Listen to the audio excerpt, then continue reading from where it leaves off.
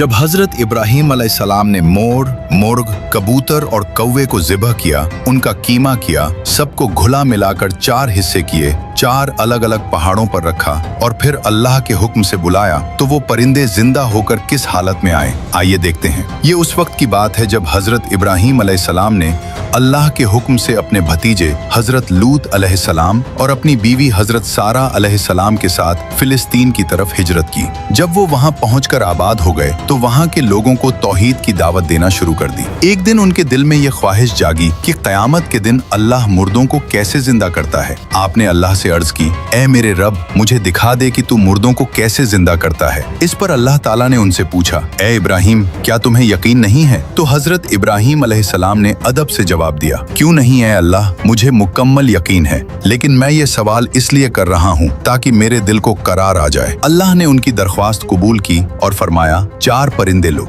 रिवायतों में आता है कि उन 4 परिंदों में पहला मोर था जो अपनी खूबसूरती के लिए मशहूर है, दूसरा मुर्ग था जो अपनी आवाज के लिए जाना जाता है, तीसरा कौवा था और चौथा कबूतर था। अल्लाह ने फरमाया, इन 4 को पकड़ो और अपने पास पालो ताकि वो तुमसे अच्छी तरह हिल मिल जाएं और तुम उन्हें पहचान लो ताकि बाद में कोई शक न रहे। फिर जब वो परिंदे हजरत इब्राहीम अलैहिस्सलाम से पूरी तरह मानूस हो गए तो अल्लाह का हुक्म आया कि अब इन्हें ज़िबह कर दो। हजरत इब्राहीम अलैहिस्सलाम ने उन्हें ज़िबह किया, लेकिन तफसीर का सबसे अहम पॉइंट ये है कि उन्होंने उन 4 परिंदों के सर काटकर अपने पास अपने हाथ में रख लिए और बाकी धरके पर नोचे, गोश्त काटा, हड्डियां तोड़ी और सबको आपस में पूरी तरह मिक्स कर दिया, यहाँ तक कि खून और गोश्त एक दूसरे में गड्ढमड हो गया। फिर उस कीमे के 4 या 7 हिस्से किए और वहाँ मौजूद अलग अलग पहाड़ों की चोटियों पर रखाए। फिर वापस अपनी जगह आकर खड़े होकर अल्लाह के हुक्म से उन परिंदों को पुकारा तो एक हैरत अंगेज मंजर देखा कि उन पहाड़ों से गोश्त के जर्रे हवा में उड़ते हुए आए, हड्डी हड्डी से जुड़ी,